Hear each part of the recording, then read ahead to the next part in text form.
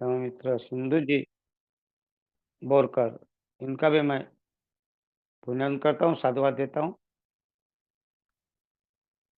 और इस कार्यक्रम में उपस्थित सभी धम्मोचारी धम्म मित्र, धम्म सहायक, आप सबका अभिनंदन करता हूँ, स्वागत करता हूँ, सबको मैत्रीपूर्ण जय हिंद। तो आज क्या कहते हैं कि आज बाबा साहब की पुण्यतिथि का दिन है, 6 दिसंबर। और जहाँ तक यहाँ भारत में ही नहीं तो संपूर्ण विश्व में आज बाबा साहब को याद कर रहे हैं।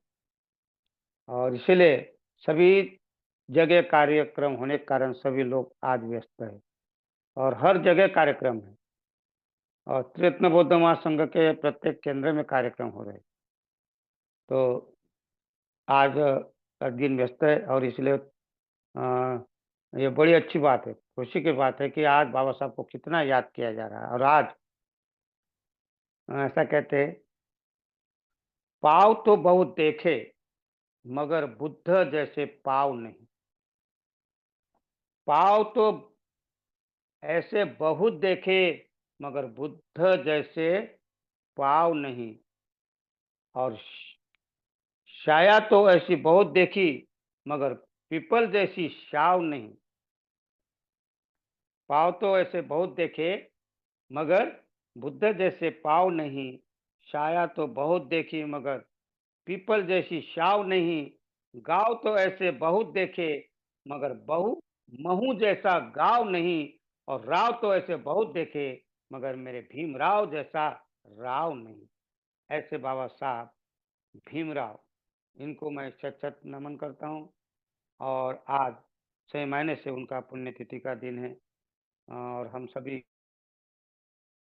आज उनको याद कर रहे। हम ही नहीं कर रहे तो और भी जिन्हें जिन्हें बाबा साहब समझ में आ गए वो आज उनको याद कर रहे। तो खाली हम ही नहीं तो सारे बहुजन समाज के लोग आज उनको याद आ रहे हैं। और ये अच्छी बात है कि दिन पे दिन आज याद किया जा रहा है। आज मैं लाइव देख रहा था 6 दिसंबर का कार्यक्रम वहाँ चैत्य भूमि में, मुंबई में।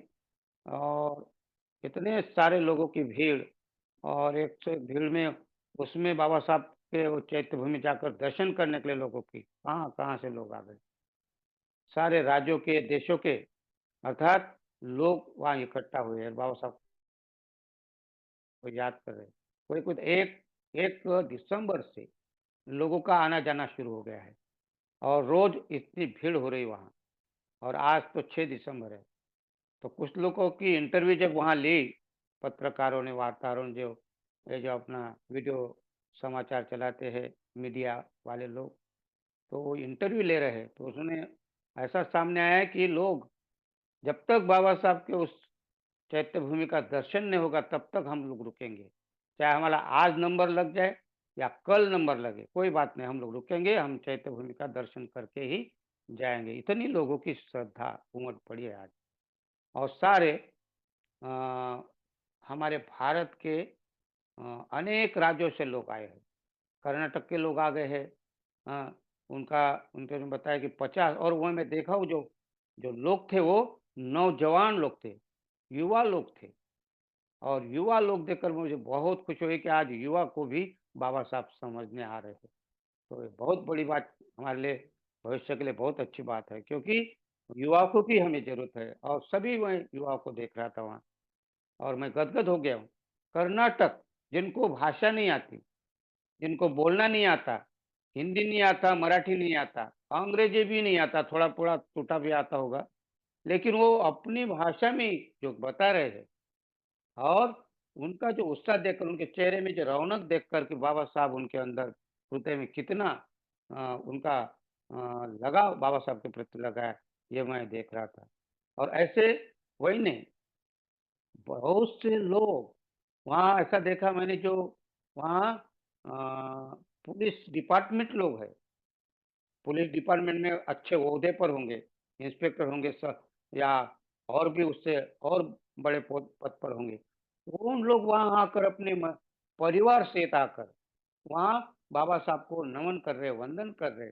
ये कितनी बड़ी बात है कि वो पुलिस अफ़सर भी अगर है, तो वो बाबा साहब के सामने नतमस्तक होकर कह रहा है कि बाबा साहब, मैं जो ये आज इस ओहदे पे हूँ, इस पद पर हूँ, ये तेरे कारण।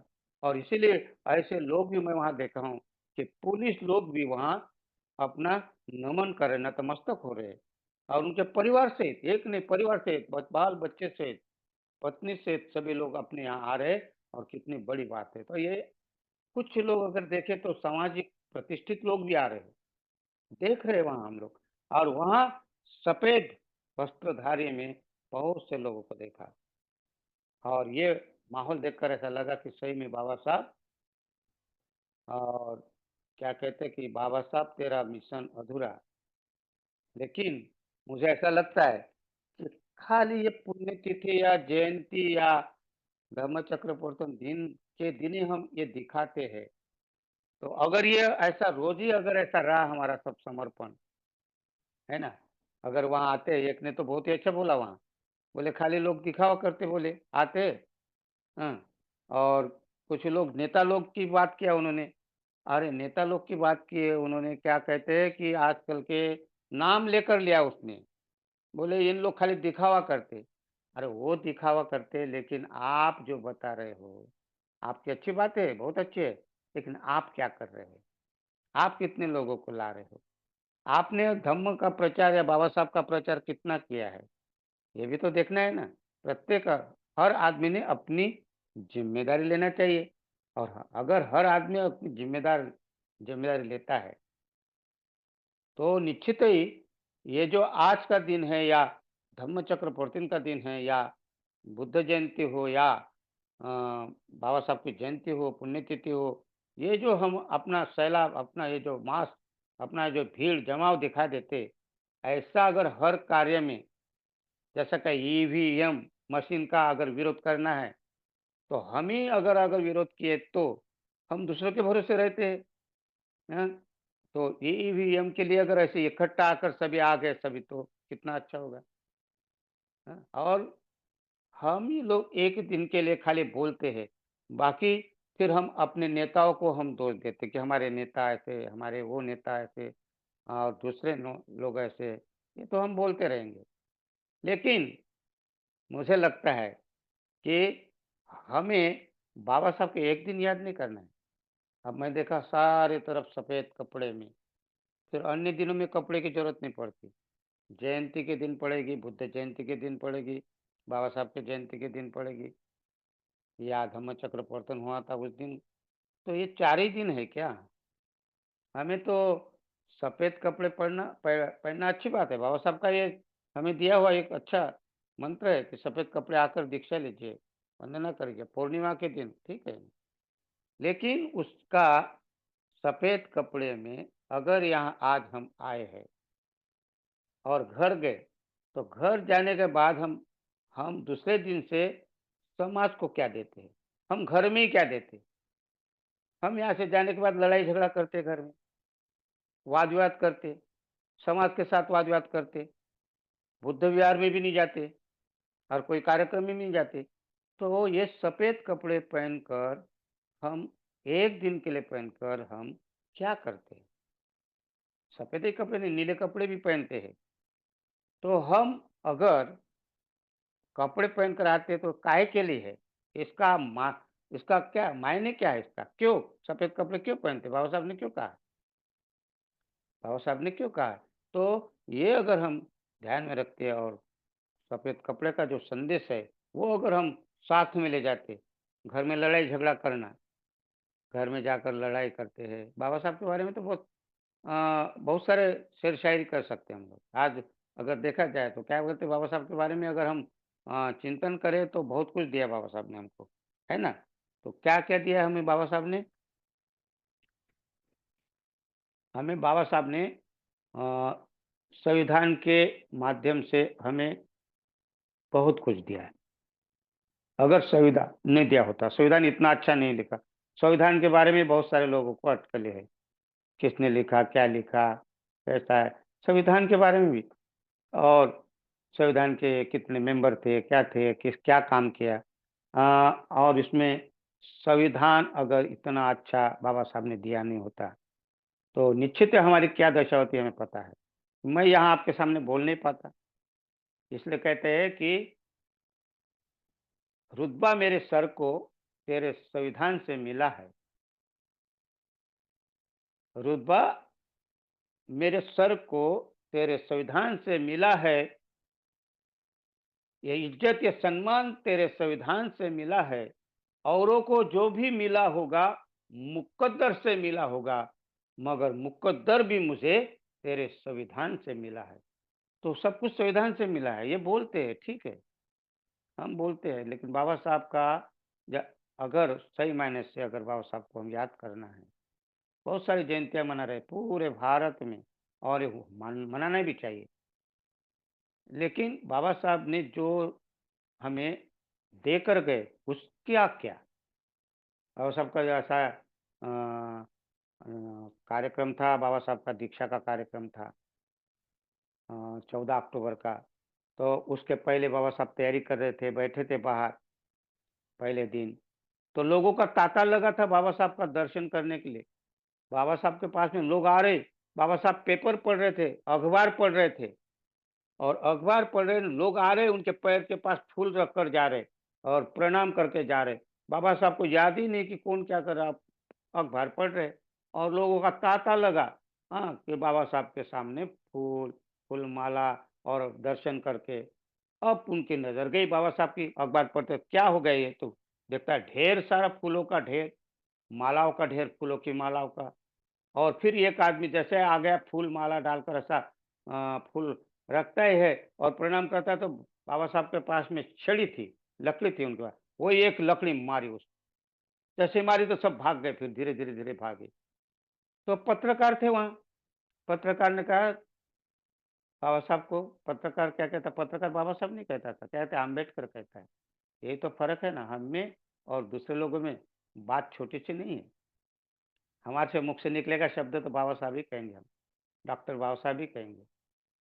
और अन्य अन्य लोग जो बाबा साहब को नहीं मानते, उन लोग क्या नहीं, अपने चाहे पत्रकार हो चाहे नेता हो, डॉक्टर आम्बेडकर कहते हैं, आम्बेडकर, क्योंकि उनके लिए वो आम्बेडकर है, बाबा साहब नहीं है। बाबा साहब ही नहीं है, वो बोधिसत्व है, अपन बाद में देखेंगे। लेकिन बोधिसत्व क्या होता है, और बाबा साहब को हम कितना सम्मान देते हैं कि बाबा साहब। हम लोग भीमराव आम्बेडकर, हाँ, ऐसा नहीं कहते, हम क्या कहते हैं, डॉक्टर बाबा साहेब भीमराव आम्बेडकर, इस प्रकार हम लोग कहते हैं, है ना। लेकिन ज्यादा अक्सर हमारे मुंह से बाबा साहब निकलता है। तो इसीलिए बाबा साहब को उन्होंने उत्तर दिया, बाबा साहब को पूछा कि बाबा साहब, आपको ये, आपको मान दे रहे, सम्मान दे रहे, आपने इतना अच्छा काम कर रहे, आपको पूजा कर रहे, उन लोग दर्शन कर रहे, आपको फूल दे रहे, और आप उनको भगा रहे मार पीट कर। तो बाबा साहब कहे, मैं इसलिए मार रहा हूँ कि ये मुझे फूल देकर मुझे देवता बना देंगे, और जो मेरा कार्य है उसको भूल जाएंगे। इन्होंने ये फूलों से, माला से, फूलों से मेरी पूजा करने के बजाय, मुझे सम्मान देने के बजाय, अगर वो मैंने जो बताए हुए बातें हैं, उसका अगर उस उसको, वो बातों को अगर अपनाएंगे, तो सही फूल है। इसीलिए मैं, ये देवता न बना दे। और आखिर वही हुआ, बाबा साहब की छाया चित्र बनाकर हम आज बाबा साहब को वैसे ही मान रहे। बाबा साहब को भूल गए, हमने बाबा साहब ने क्या दिया? अगर बाबा साहब ने क्या नहीं दिया, हमारे कौम में बढ़ चढ़ कर न कोई अफसर होते, हमारी कौम में बढ़ चढ़ कर न कोई अफसर होते, न कोई डॉक्टर बनता, न कोई प्रोफेसर होते। अरे कसम तथागत कि हम कभी के मर गए होते अगर भारत में पैदा अम्बेडकर ना होते। बाबा साहब के कारण हम यहाँ हैं। लोग तो कहते हैं ऐसा नहीं, बाबा साहब ने संविधान दिया, तो संविधान देकर जो हमें सहूलतें मिली, जो भी हमारे आज सम्मान हो रहा है, इज्जत मिली, ये बाबा साहब के मिला है। और अन्य लोगों को उनका कोई मायने नहीं रखता। और वो अन्य लोग खाली जो नाम लेते हैं, वो तो ऊपर से नाम लेते हैं, क्योंकि उनको उनसे कोई मतलब नहीं रहता। अगर बाबा साहब के पुतले के पास भी अगर वो जाएंगे, तो वो बेमन से जाते, अंदर से तो वो बहुत, उनका बवाल चला रहता होगा कि क्या मुझे उनके सामने झुकना पड़ रहा है, क्योंकि बाबा साहब को जाने नहीं ना उन्होंने। बाबा साहब को जाने नहीं। और कहते लोग कि बाबा साहब ने अपने बाबा साहब को सीमित कर दिया लोगों ने। कोई सीमित नहीं करता, लिमिट नहीं करता। जिनके हृदय में बाबा साहब बसा है, वो उनके लिए कोई लिमिटेशन नहीं रहता। अगर वो बाबा साहब को देखेगा तो उसका हृदय भर के आएगा, चाहे कहीं भी हो। और दूसरा जो आएगा दिखावा के लिए हार लेकर जाएगा, माला लेकर जाएगा, पूजा करेगा ताकि उनको उनका उल्लू सीधा करना है, उसको वोट लेना है, उसको बाबा साहब का चेक नाम से चेक भुंजाना है। इसीलिए लोग करते हैं, लेकिन ऐसा नहीं है। और हम बाबा साहब को समझे क्या? तो अभी बाबा साहब को हम लोग भी उतना नहीं समझ सके। अभी मैं देख रहा हूँ आए दिन व्हाट्सएप में महापरिनिर्वाण, बाबा साहब का महापरिनिर्वाण हो गया। सबसे बड़े शब्द देना चाहते हैं। अब जो शब्द देते हैं तो बहुत अच्छे आदर है, भाव है। मैं उनके खिलाफ नहीं, क्योंकि बाबा साहब को जितना आदर ऐसा लगता है कितना सम्मान दो, है ना? तो हम सम्मान देना चाहिए। अगर हमारे घर में हमारे बड़े भाई हैं, 2-3 बड़े भाई हैं और पिताजी भी हैं, तो हम अपने बड़े भाई को सम्मान देते हैं ना। और वही सम्मान से अगर पिताजी आए तो उनको भी सम्मान देते हैं हम लोग। तो सबसे बड़ा सम्मान किसका होगा? पिताजी का होगा ना। आपके अंदर जो आदर होगा, हाँ, भाई है या बहन है, लेकिन सबसे बड़े जो है आपके पिताजी है, माताजी है, इन्होंने हमें जन्म दिया है, तो उनको अगर हम सम्मान तो देते ही हैं। तो उनका सम्मान, अगर भाई का सम्मान किया आपने और पिताजी का भी सम्मान किया, तो पिताजी के बारे में और भाई के बारे में आपके मन में सम्मान तो है, पैर तो उनके ही पड़ रहे, दिखावा तो है, लेकिन आप अलग तरफ से पैर पड़ेंगे क्या उनके? कहे बा बुद्ध अगर भाई है तो ऐसा-ऐसा कर दे, और पिताजी है तो बहुत ही अच्छा ऐसा प्रणाम किया, ऐसा है क्या? सम्मान तो करेंगे लेकिन आदर रहेगा।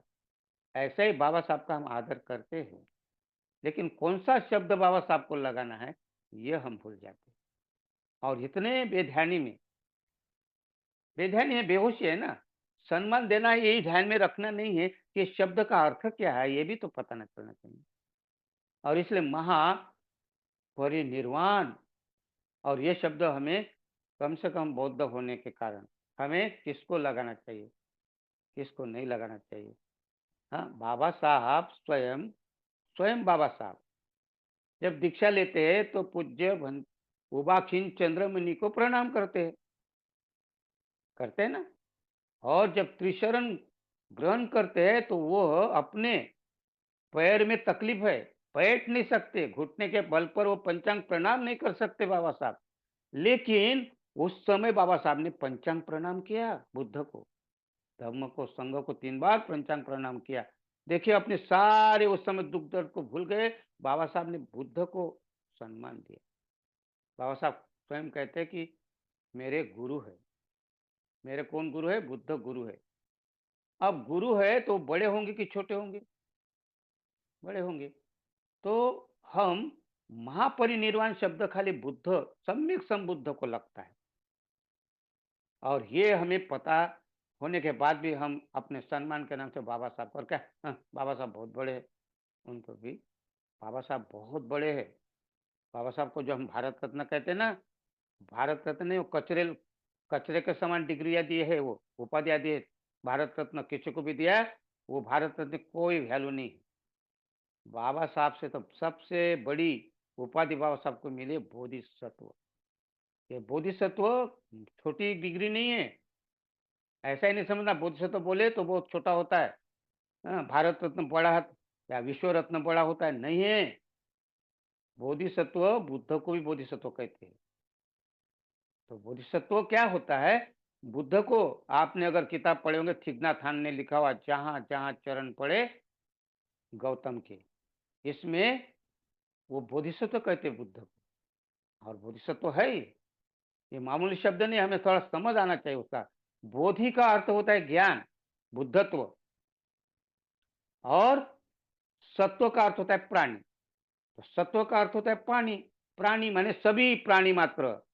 फिर प्राणी मात्र अगर बोले तो मनुष्य ही प्राणी है ऐसा नहीं। सारे जानवर हो, पशु हो, पक्षी हो, सभी प्रकार के प्राणी जो संसार में है, उसको सत्व कहा गया है। ध्यान से सुनना। क्योंकि बहुत बार गलती करते हैं हम लोग, तो लोगों को बताना है कि ऐसी गलती ना करें। और बोधि, बोधि माने बुद्धत्व, बोधि माने वो ज्ञान कि जिसके ऊपर कोई ज्ञान नहीं दूसरा, बुद्धत्व के ऊपर कोई ज्ञान नहीं। और वो बुद्धत्व की ओर जाने वाला प्राणी, बुद्धत्व की ओर जाने वाला प्राणी वो है बोधिसत्व। और बुद्ध, जिन्होंने वो बुद्धत्व प्राप्त किया, सम्यक संबुद्ध जिसको कहते, सम्यक संबुद्ध, जिन्होंने वो प्राप्त किया, खोज की, उन्होंने खुद स्वयं खोजा, और इसीलिए उनको महापरिनिर्वाण कहते। किसको कहते परिनिर्वाण और महापरिनिर्वाण? परिनिर्वाण उसको कहते हैं जिन्होंने अरहत्व पद प्राप्त किया, जैसे सारिपुत्र ने किया, जैसे महामोदग्लान ने किया, जैसे अंगुलीमाल ने किया, और रट्ठपाल ने किया, और ऐसे बहुत से भिक्षु उस समय अरहत्व प्राप्त किया। उसको अरहत्व कहा, लेकिन उसको श्रावक बुद्ध कहा गया, इनको श्रावक बुद्ध कहा गया। तो इनका जब मृत्यु हो जाती है, जब इन लोग की मृत्यु हो जाती है, ऐसे श्रावक बुद्धों की मृत्यु हो जाती है, मग वो फिर वो सारिपुत्र हो, फिर वो महामोदग्लान हो, फिर वो पटाचारा हो, फिर वो किसा गौतमी हो, फिर वो उत्पल वर्णा हो, फिर वो धम्मदीना हो, इनकी जब मृत्यु हो जाती है, उनको परिनिर्वाण शब्द लगाते हैं। अर्थात जिसने अर्हत्व प्राप्त किया, उनको परिनिर्वाण शब्द लगाते हैं। फिर निर्वाण, अब निर्वाण शब्द कब लगाते? तो यहाँ निर्वाण का भी हमने बहुत ही भेसड़ कर दिया, घोट मसाला कर देते इस शब्द का भी हम। अगर हमारे घर में कोई ऐसा आम जनता का, साधारण आदमी का अगर पिताजी मर जाता है, माताजी मर जाती है, तो निर्वाण हो गए करके लिख देते। अब यहाँ भी गलती करते हम लोग, गलतफहमी। निर्वाण कौन हो सकता है?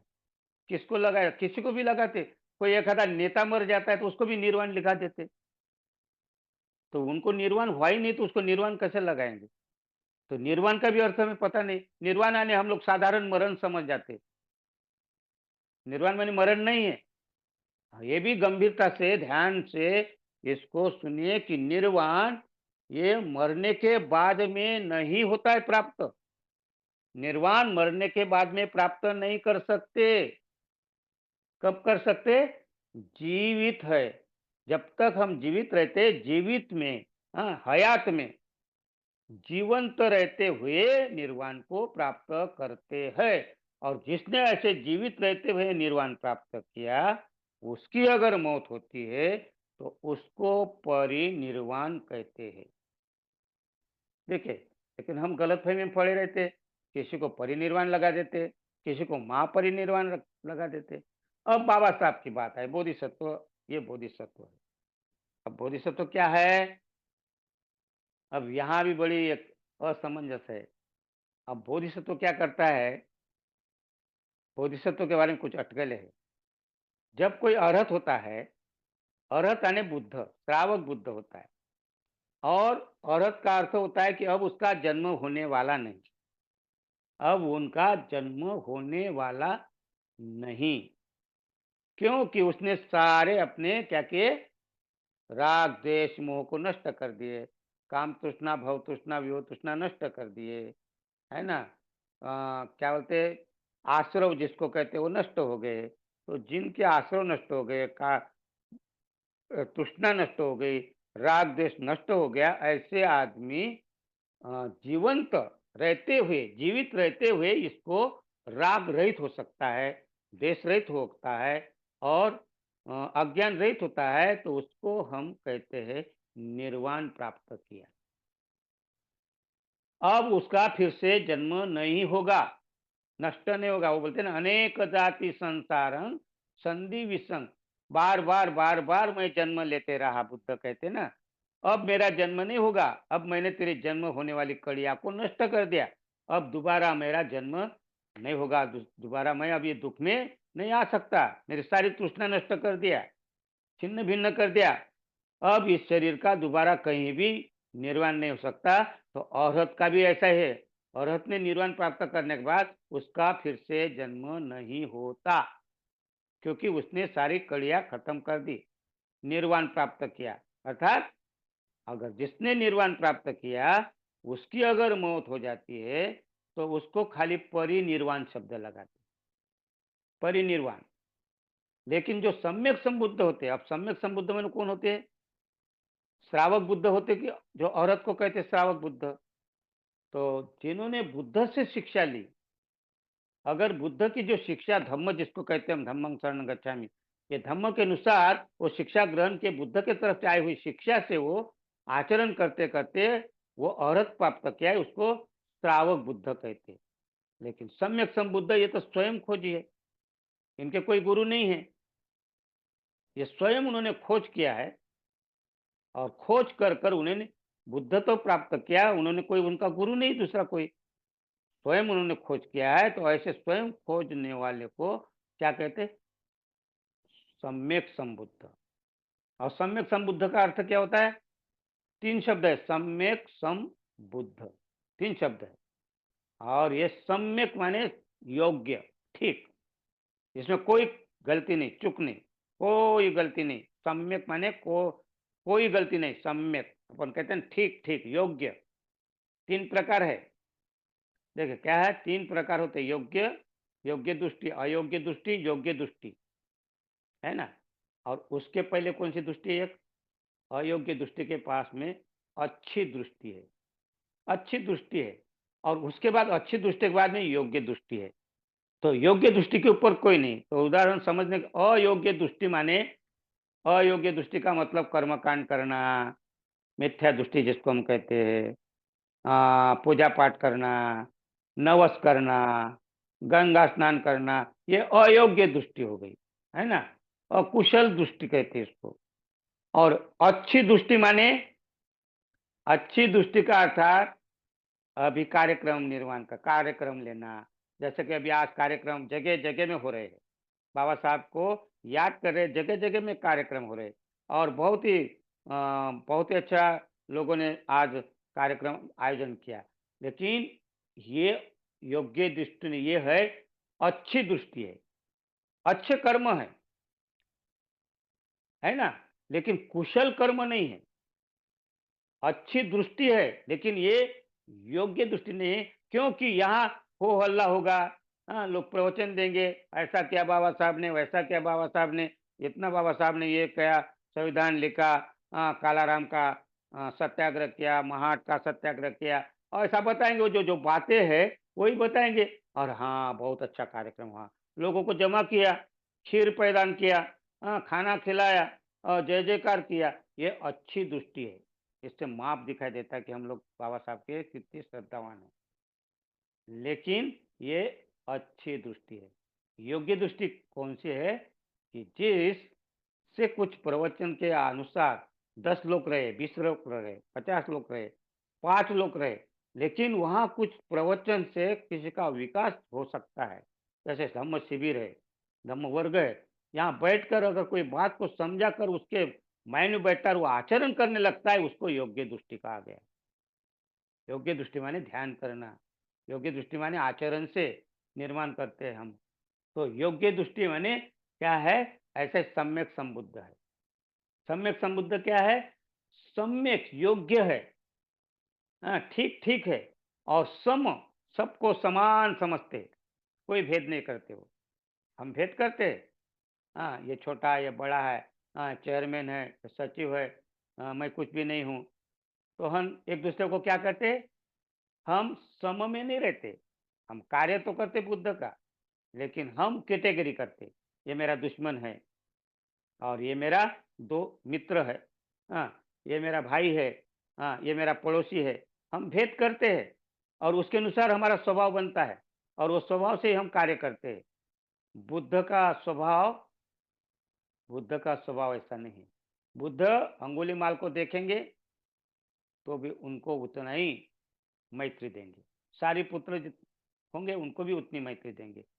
देवदत्त अगर आ गया तो उसको भी उतनी मैत्री रहेगी। बुद्ध कोई मैत्री में भेद नहीं करते। बुद्ध कि ये देवदत्त है करके उसको छोटा नहीं समझते, इसलिए तो उनको निकाला नहीं। उनको दीक्षा दी बुद्ध ने। बुद्ध क्या जानते नहीं थे क्या उनको? बुद्ध जानते थे देवदत्त को।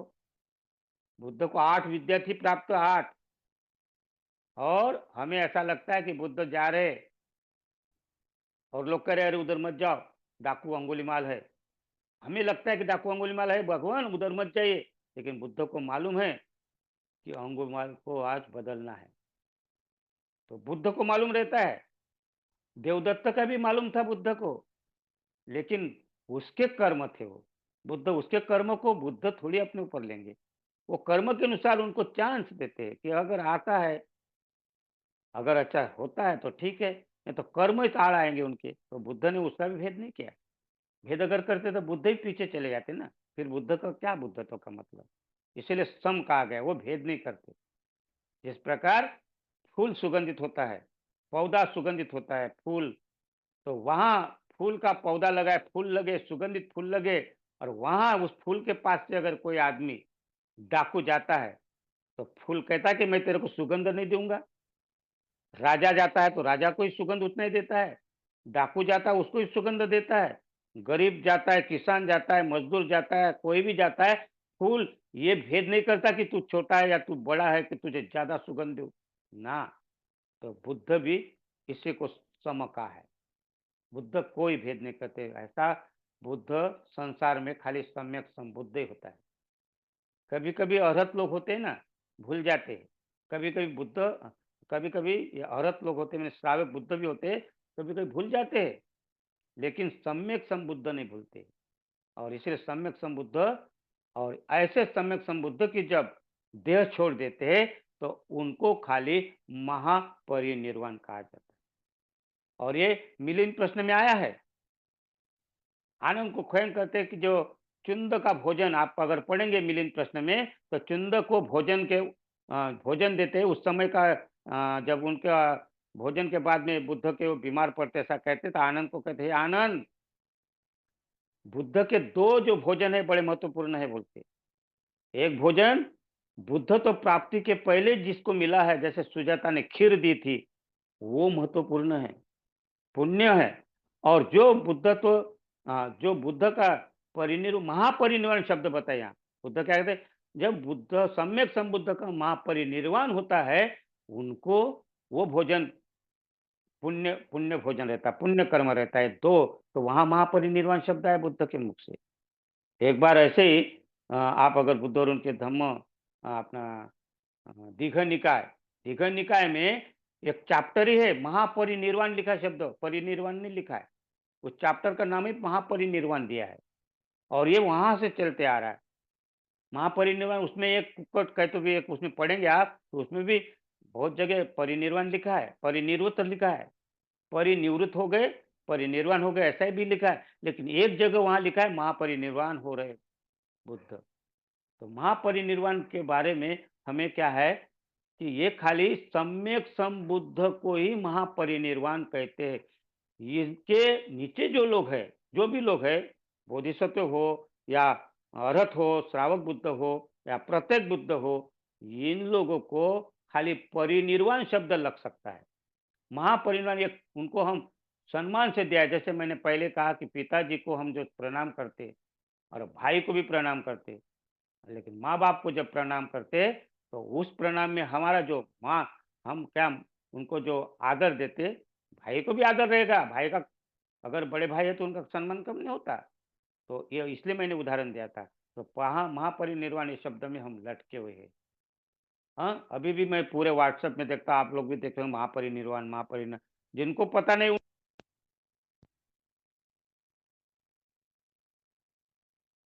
इनका अपना क्या कहते हैं, जिनको मालूम नहीं है, बहुत सारे लोगों को मालूम नहीं, अपने बाहर के लोग जो है, जो त्रिरत्न बौद्ध महासंघ के साथ जुड़े हैं, उनको मालूम है। अब त्रिरत्न बौद्ध महासंघ में जुड़े उनको भी तो मालूम नहीं है। तो फिर बाहर के लोगों को तो बुद्ध क्या है मालूम नहीं है। वो तो धम्म शिविर में नहीं आते, धम्म वर्ग में नहीं आते, तो उनको क्या पता। उनके बारे में मेरा कहना नहीं है, क्योंकि उन लोग को तो बहुत समय लगेगा बताने के लिए। अगर आप बताओगे तो आपके ऊपर बिगड़ जाएंगे, आपको ही डांटेंगे। हाँ, बड़े होशियार हो गए, कहाँ से आ गए। उनको नहीं समझा सकते आप। लेकिन जो हम लोग कुछ समझते हैं, तो कम से कम हमको नहीं लिखना चाहिए। निर्वाण भी नहीं लिखना चाहिए हमारे माता-पिता के लिए कोई भी गए अगर, तो वो निर्वाण नहीं हुए, क्योंकि वो आजीवन मरते दम जन्म से लेकर मरे तक उन्होंने हिंसा की, चोरी की, व्यभिचार किया, झूठ बोले, नशापान किया और उनको आप निर्वाण लगाओगे क्या? नहीं ना। तो निर्वाण उसी को लगता है कि जिसने राग, द्वेष, मोह का नष्ट किया, जीते जी किया उसको निर्वाण कहते हैं। और जीते जी जिसने राग, द्वेष, मोह आदि नष्ट किया, उसकी अगर मौत होती तो उसको परिनिर्वाण कहते हैं। और मात्र महापरिनिर्वाण सम्यक संबुद्ध को लगाते। इसलिए हमें गलती ना करना चाहिए। हमें लोगों को समझाना चाहिए कि परिनिर्वाण लिखिए। हमें लोगों को बताना चाहिए कि बाबा साहब को भी नहीं लगा सकते शब्द महापरिनिर्वाण। क्योंकि बाबा साहब भी छोटे हैं, बोधिसत्व है, अर्थात बाबा साहब और बुद्ध में फ़र्क है, क्योंकि बुद्ध को शरण गए ना वो, बाबा साहब भी, तो महान है, तो उनका महापरिनिर्वाण शब्द हम बाबा साहब को लगाएँगे तो ऐसा थोड़ी होता है। तो इसीलिए हमें ये समझना पड़ेगा और हम समझते नहीं और इसीलिए हमें इसका अगर ध्यान देते हैं कि बोधिसत्व किसको कहते हैं, बोधिसत्व किसको कहना चाहिए और फिर बाबा साहब ने जो महा जो आज का जो दिन हम मनाते हैं, तो ये बहुत ही सुंदर दिन है।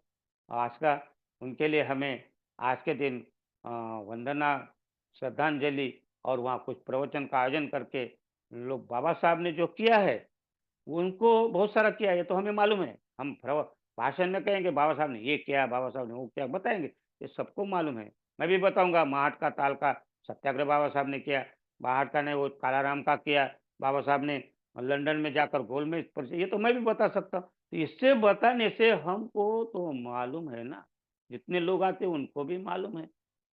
आगे क्या बाबा साहब ने क्या दिया है, किसको कहते हैं? तो ये हमें पता चाहिए तो बोधिसत्व क्या है? बोधिसत्व किसको कहते हैं? ये समझाना चाहिए और बोधिसत्व किसको कहते हैं? किसको कहते हैं बोधिसत्व? ये मैंने अभी कहा।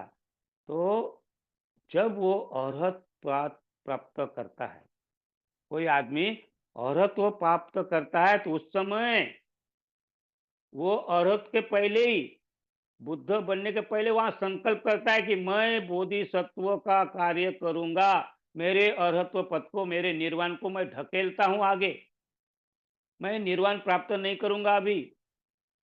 अगर उन्हें अरहत्व पद प्राप्त किया तो फिर से तो दोबारा जन्म ही नहीं होगा ना उसका। और दोबारा अगर उसका जन्म हो जाएगा तो फिर लोगों का उपदेश कैसा करेगा? अगर बाबा साहब को हम बोधिसत्व कहते और निर्वाण अगर कर दिए उनको, निर्वाण अगर हो गए वो, तो फिर तो वो आएँगे नहीं ना जन्म में फिर दोबारा, फिर उनका जन्म होगा क्या? और ऐसा कहते हैं कि जो बुद्ध बोधिसत्व होता है वो बुद्ध बनता है और ये बुद्ध बाबा साहब बनने वाले हैं, आगे चल के बुद्ध बनने वाले हैं। और उनका नाम क्या होगा ये तो आपको पता नहीं, लेकिन उनका नाम अभी वो है तुषित लोक में है अभी। हाँ, वो तो उनका नाम सुदर्शन नाम है अभी उसका बाबा साहब का अभी वहाँ, बैठे आराम से और आपको ये पढ़ना पड़ेगा, अध्ययन करना पड़ेगा, तब तो मालूम हो जाएगा। और फिर बाबा साहब जो है तुषित लोक में अभी रहते हैं और वहाँ उनका नाम सुदर्शन नाम का होगा। तो ये जो है या आगे आने वाला मैत्री बुद्ध होगा, उन्होंने अपनी पारमिता पूर्ण कर दी होंगी। या बाबा बुद्ध, गौतम बुद्ध जब थे होने के पहले सुमेध नाम का बोधिसत्व था और सुमेध नाम का बोधिसत्व था और वो आखिरी जन्म लेने के समय माता महामाया के सपने में आकर कहते कि माते मैं आपके गर्भ में आना चाहता हूँ। आप स्वीकार करते हैं क्या? और माता सुमेध नाम का बोधिसत्व बाबा मतलब महामाया जी के गर्भ में आता है और उसके बाद में गौतम बुद्ध सम्यक संबुद्ध बनकर वो नष्ट हो जाते हैं उनके सब क्या राग द्वेष मोह तो वो अभी उनका दोबारा जन्म नहीं होता। ऐसा ही बोधिसत्व अगर मान लीजिए आपको, इसलिए गंभीरता से सुनिए, ये धम्म ऐसा नहीं है। हम लोग जो अभिधम्म या बुद्ध का जो धम्म पढ़ते हैं ना, ऊपरी तौर पर हमें ऐसा लगता है, लेकिन हमने बोधिसत्व भी कहते हैं और बाबा साहब ने बुद्ध और उनके धम्म में बताया है कि उनको 10 स्थित्यंतर की आवश्यकता होती है। जो बोधिसत्व किसको कहते हैं, उसको स्थित्यंतर पूर्ण करना पड़ता है। 10 भूमा, भूमा माने क्या कहते हैं, भूमि। आपने अगर बुद्ध और उनका धम्म पढ़े तो उसमें 10 भूमि है, उसको स्थित्यंतर कहते हैं। और वो 10 भूमि उनको प्राप्त करना पड़ता है। तो एक ही जन्म में नहीं होता, एक-एक जन्म में करना पड़ता है। तो ऐसे 10 जन्म में 10 भूमि निर्माण करने पड़ते हैं, तब वो बुद्ध होता है।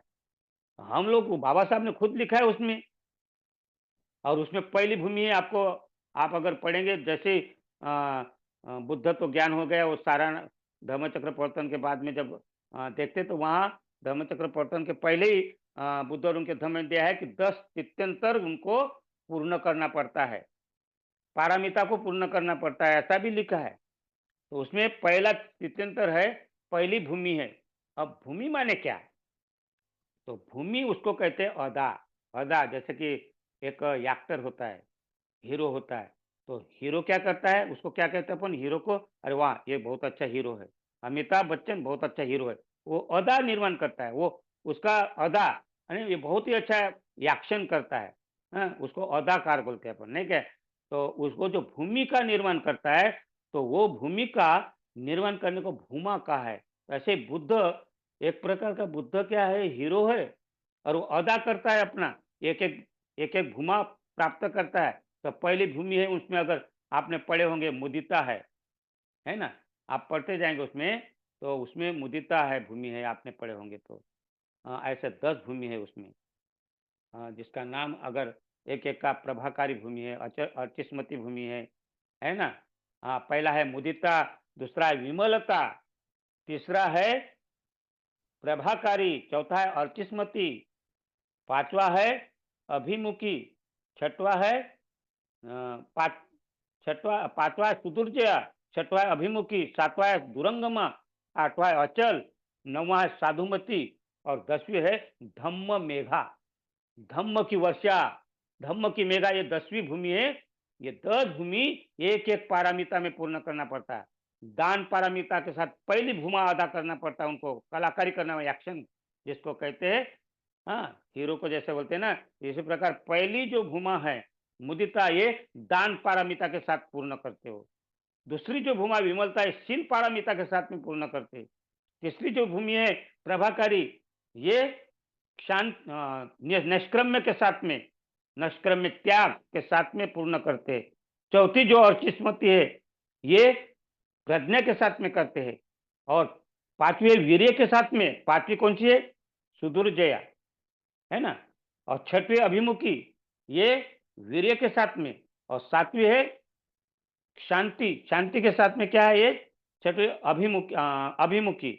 और उसके बाद में दुरंगमा है, और ये सत्य के साथ में, सत्य जैसे दान, शील और तप जिसको हम नैष्क्रम्य कहते हैं, फिर प्रज्ञा, वीर्य, शांति, फिर सत्य, अधिष्ठान, मैत्री और उपेक्षा, ये 10 पारमिता के साथ ये 10 भूमा। तो छठवीं अभिमुखी, छठवां शांति के साथ में, सातवीं सत्य है, सत्य के साथ में कौन सी है? दुरंगमा। फिर आठवीं अधिष्ठान, आठवें के साथ में कौन सी है? अचल।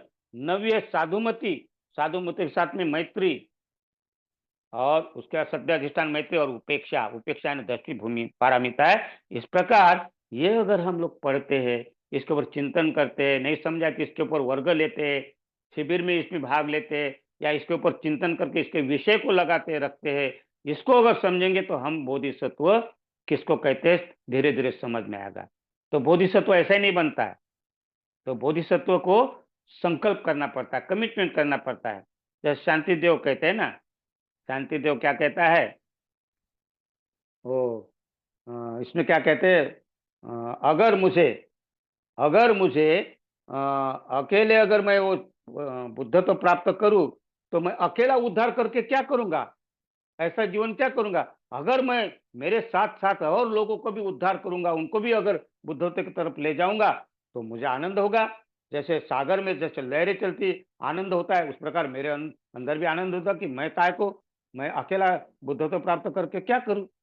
ऐसा जब बोधिसत्व अर्हत होते होते अगर वो संकल्प करता है कि नहीं, इसलिए मैं दो, एक दान पारमिता में 2 लाइन लिखी पहली। दान पारमिता मेरी एक पारमिता, एक कविता है, उसमें पहली 2 लाइन लिखी मैंने। क्या लिखा है? सम्यक संबुद्धों से लेकर सारे बौद्ध नैयायिकों के सूत्र कहते हैं, जो निर्वाण को ढकेलता है आगे, उसे बोधिसत्व प्रज्ञा पुत्र कहते हैं। तो बोधिसत्व अपने निर्वाण को आगे ढकेलता है। अगर उसने आगे नहीं ढकला, निर्वाण अगर हो गया तो जन्म ही नहीं होगा, और जन्म नहीं होगा तो क्या कार्य करेगा, क्या प्रचार करेगा, क्या धर्म बताएगा लोगों को। इसीलिए ये हमें निर्वाण, परिनिर्वाण, महापरिनिर्वाण, ये इसको पहले समझना पड़ेगा। और ये जो बाबा बुद्ध ने आखिरी का संदेश दिया था, सद्धर्म पुंडरीक सूत्र, अगर आप पढ़ेंगे, पढ़ना, सद्धर्म पुंडरीक सूत्र जो है उसमें पढ़ना आप, क्योंकि उसमें बुद्ध आखिरी के दिनों में अपने कितने लोगों को लेकर गए थे वहां, 5,000 भिक्षुओं को ले गए थे। 5,000 भिक्षुओं को बुद्ध गृधकुट नाम के पर्वत पर ले गए थे, और वहां ले जाने के बाद में बुद्ध फिर से बताने लगे थे धम्म, बताने लगे थे। तो उन लोग 5,000 लोगों को लगा, अरे बुद्ध क्या फिर से वही बात बताएंगे, फिर से वही बात बताएंगे। तो उनमें से बहुत सारे लोग निकल गए। फिर बुद्ध ने कहा, कहना चालू कर दे, फिर वो कह रहे नहीं, ये तो उनको मालूम है, ये तो मालूम है, और फिर उनमें से निकल गए। ऐसे करते करते खाली 500 भिक्षु रह गए 5,000 में से, और 5,000 भिक्षु में से 500 भिक्षु रहे। और फिर बुद्ध ने उनको कहा, अभी ये है जो कचरा था चला गया। देखिए, बुद्ध क्या कहते, कचरा था चले गया। हाँ, जिनको नहीं सीखना था उनको लगता है अरे बुद्ध ने सिखाया, बुद्ध ने सिखाया, लेकिन वो 500 ने फिर से वो सीखा। और फिर वहां बुद्ध ने वहां इतनी बड़ी बड़ी घोषणाएं की। उन बाबा साहब ने कहा, बुद्ध ने कहा वहां कि सारी पुत्र जो है ये अमुक अमुक नाम से बुद्ध होंगे, सम्यक संबुद्ध होंगे। मोदगलायन ये अमुक अमुक नाम से बुद्ध होंगे। पटाचारा ये अमुक अमुक नाम से बुद्ध होंगी। किसा गौतमी ये अमुक अमुक नाम से बुद्ध होगी। प्रजापति गौतमी अमुक अमुक नाम से बुद्ध होंगी। माता यशोधरा ये अमुक अमुक नाम से बुद्ध होंगे। इस प्रकार सबका उन्होंने भविष्य भी बताया कि ये अगले बार में कौन से नाम के बुद्ध होंगे। तो उन्होंने अपने निर्वाण को क्या कर दिया, धकेल दिया आगे। तो अरहत्व पद प्राप्त जैसे होता है, तो वो उस समय संकल्प करता कि नहीं, मुझे अरहत्व तो मिला है, लेकिन मैं इसको टालता हूं, मैं अभी निर्वाण प्राप्त नहीं करूंगा, क्योंकि मुझे लोगों का उद्धार करना है। और जो ये प्रतिज्ञा लेता है उसको बोधिसत्व कहते हैं। इसलिए बोधिसत्व समझना पड़ेगा। और बोधिसत्व के लिए फिर वो उनके लिए जो मार्गस्थ बोधिसत्व है ना, ऐसा एक एक बोधिसत्व के, नौसिका बोधिसत्व है, मार्गस्थ बोधिसत्व है, दिशा न बदलने वाला बोधिसत्व है, यह हमें देखना पड़ेगा फिर धीरे धीरे। तो जैसे जैसे अभी हम लोग है सीख रहे हैं, हम बोधिसत्व नहीं है अभी, लेकिन हम सीख रहे। जब हम अच्छा धीरे धीरे धीरे धीरे ध्यान साधना करते करते करते करते सोतापन्न तक जाएंगे, तब हम नौसिखिया, जब वहां हम कमिटमेंट करेंगे, और तब वो हम धीरे धीरे हम वहां कमिटमेंट करते कि नहीं, मुझे बौद्ध बनना है कि बोधिसत्व बनना है। और फिर वहां आप बुद्ध नहीं बनते, फिर श्रावक बुद्ध नहीं बनते, फिर आप बोधिसत्व का।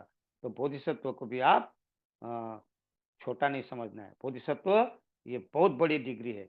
और ये जो डिग्री जो है हमारे सामने, जो डिग्री आती है, अपन उपाधि कहते हैं इसको, तो ये जो बोधिसत्व की उपाधि है ये ऐसी नहीं।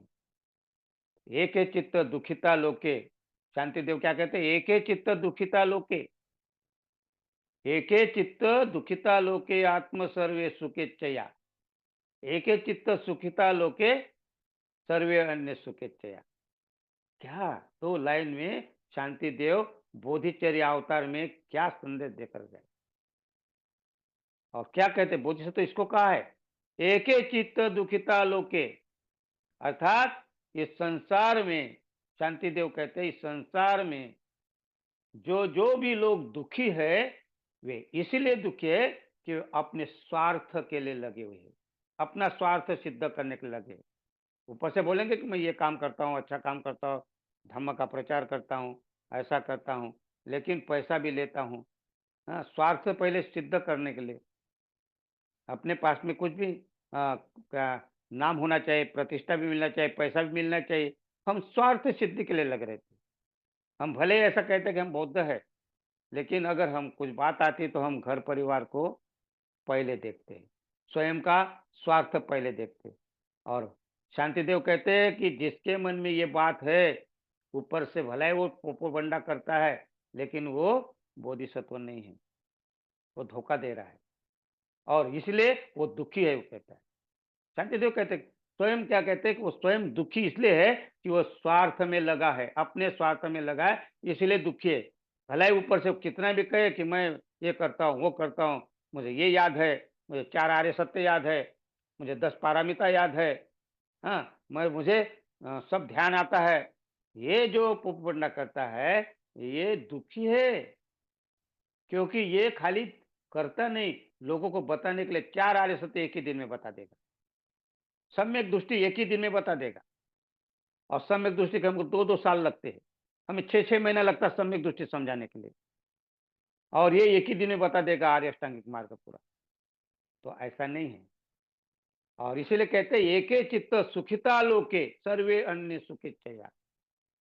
तो भाव शांति देव कहते हैं, आचार्य शांति देव कहते हैं कि इस संसार में जो लोग सुखी है, इस संसार में जो लोग सुखी है, वे इसलिए सुखी है कि वो स्वयं के लिए नहीं, अन्य दूसरों के लिए मदद करते रहता है, दूसरों को बुद्धत्व की तरफ ले जाता है, दूसरों को मदद करने के लिए वो तैयार है, दूसरों को सुखी देखना चाहता है, अपना भी सुख और दूसरों को भी सुखी बनाना चाहता है। वो इस संसार में सुखी है, उसको बोधिसत्व कहा है।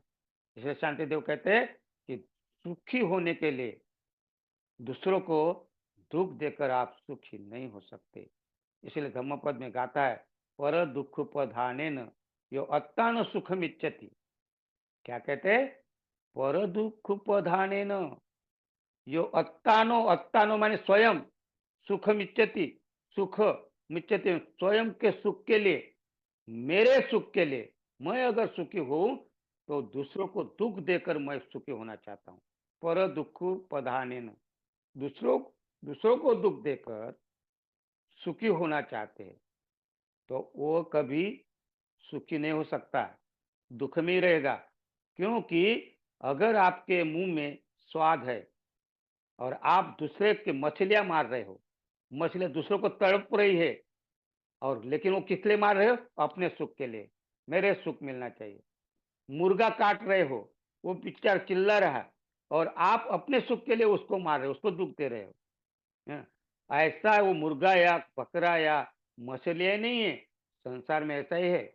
अपने सुखी होने के लिए एनआरपी लगा दिया, हाँ, जीएसटी लगा दिया, एक वर्ग सुखी बनाने के लिए, एकमात्र वर्ग सुखी बनाने के लिए अन्य लोगों को दुखी कर रहे, और बड़े मजे में हंसते हंसते हम कर रहे सब, हाँ, नागरिकता छीन ली जा रही है, हाँ, और हम सुखी, यानी अपना सुख के लिए हम कैसे वर्चस्व में रहे, हाँ, एक आदमी को कैसा निस्तमत करे, कैसा वो उनके हाथ में फिर से वही झाड़ू लाए, कैसा वही सामने मड़का लाए, इसके लिए सब तैयारी कर रहे, और हमको बोलते कि हम बाबा साहब का काम कर रहे, बाबा साहब का संविधान बचा रहे। अरे ये संविधान बचाने वाले की बात करते हैं ना, क्या कहते हैं, सूरज को क्या पता कि संविधान क्या होता है, और इस जमीन को क्या पता कि आसमान क्या होता है। जो इस देश में जिंदगी भर, जो इस देश में सदियों से भीख मांगते रहे, उन्हें क्या पता संविधान क्या होता है। संविधान हमें मालूम है क्या होता है, संविधान कैसा है, बाबा साहब को कितना तकलीफ हुई लिखने के लिए, हमें मालूम है, क्योंकि हम जानते हैं। वर्धा में गाड़ी रुकी थी, ट्रेन, बाबा साहब जा रहे थे, वर्धा एक स्टेशन है महाराष्ट्र में, और बाबा साहब नागपुर जा रहे थे, उस गाड़ी में मुंबई से आ रहे थे और वर्धा जा रहे थे, तो वर्धा में गाड़ी रुकी, और जैसी गाड़ी रुकी, हाँ, लोगों की भीड़, कतार बाबा साहब का दर्शन करने के लिए, कतार से कतार, गाड़ी के सामने लोग लेट गए, गाड़ी नहीं जाना चाहिए करके, लेकिन दर्शन होना चाहिए बाबा साहब को, इतना भीड़, इतना सैलाब। तो पत्रकार बाबा साहब को कहता है, बाबा साहब इतनी भीड़ आपके लिए, मैं तो इतने दिन देख गांधी जी के लिए इतनी भीड़ नहीं देखा, गांधी जी का यहाँ आश्रम है, सेवाग्राम है, और उनकी इतनी भीड़ नहीं देखा कभी, और आपके इसमें इतनी भीड़, बाप रे बाप रे बाप रे बाप रे बाप रे बाप। बाबा साहब ने 2 टूक उत्तर दिया। क्या क्या बाबा साहब ने कहा कि बच्चों को माई कौन है और दाई कौन है, माई कौन है और दाई कौन है, अर्थात माँ कौन है और आया कौन है, ये समझ में आ जाता है। देखिए, तो बाबा साहब ये थे, हाँ, हमें मालूम है बाबा साहब हमारी माँ है, हमारे बाप है, हमें मालूम है। अन्य लोग भले ही नाम लेते होंगे, वो उनका अंदर से कुछ, बाहर से कुछ होता है, लेकिन जो बाबा साहब को जानते हैं, उनके अंदर में, हृदय में टिस रहती है। बाबा साहब को नमन भी करते तो उनके हृदय से टिस लगती है, लेकिन अन्य लोगों को खाली नाम से लेते, तो ऐसा नहीं है। इसलिए बाबा साहब को समझना पड़ेगा। और बोधिसत्व ऐसा मामूली नहीं होता है। बोधिसत्व जो भी होते, बाबा साहब ही नहीं, जो भी बोधिसत्व होते, वो चाहे अनागत धर्मपाल हो, वो भी बोधिसत्व थे। हमारे पूज्य भंते उर्गेन संघरक्षित था, इन्होंने कितना अच्छा काम करके गए। अरे एक बुद्ध कैसा बनना चाहिए ये समझा करके, चरण गमन समझा करके, बेस बना कर चले गए। जब भी है ध्यान से शुरुआत कर दी उन्होंने, ध्यान से। क्योंकि हमें तो ध्यान भी मालूम नहीं है। हमें मालूम है क्या ध्यान कहाँ से शुरू होता है? हमें मालूम है ध्यान, ध्यान ध्यान करते हैं हम लोग, कहाँ से शुरू होता है? तो बोलेंगे ज्यादा ज्यादा आनापान सती से नहीं होता है। हमें अभी ध्यान के बारे में भी मालूम नहीं, क्योंकि हमें सीखना पड़ेगा। सीखने के लिए कल्याण मित्र की आवश्यकता है, गुरु की आवश्यकता है। और जब तक हम गुरु हमारे कल्याण मित्र नहीं बनाएंगे, तब तक हम नहीं समझ सकेंगे। तो बोधिसत्व समझना, क्या बोधिसत्व किसको कहते हैं? कल के वर्ग में हम शनिवार कल बताने की कोशिश करेंगे। सारनाथ में जुड़िए आप। बोधिसत्व किसको कहते हैं, बोधिसत्व का कार्य क्या करते हैं, तो हम कल बताने की कोशिश करेंगे। हाँ, ये तो मालूम है महाट का ताल, या ये नहीं है। बाबा साहब सही मायने से क्या है, ये हम कल देखने की कोशिश करेंगे। आज हमने बाबा साहब के शान में, श्रद्धांजलि में, हमने ये आपके सामने रखने की कोशिश की। और अभी हम सभी मिलकर बाबा साहब को श्रद्धांजलि देंगे। तो सबसे मैं निवेदन करता हूँ, ये 2 मिनट के लिए शांत बैठना है हमें, और श्रद्धांजलि दे देंगे सच्चे मन से, हृदय से। तो धीरे से आंखें बंद करिए।